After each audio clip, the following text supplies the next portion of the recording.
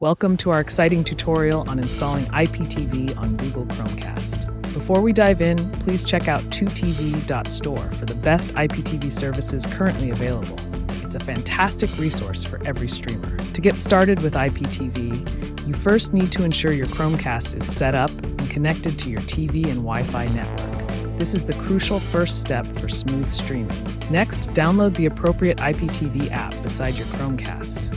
You can find a wide range of options, such as IPTV Smarters or Perfect Player in the Google Play Store or Apple App Store for convenience.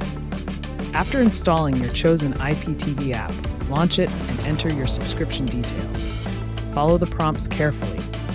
Ensure that you have your username and password handy to access your channels quickly. Finally, select your preferred channels and enjoy seamless streaming right from your Chromecast. Remember to check back for updates or support from 2tv.store to enhance your viewing experience.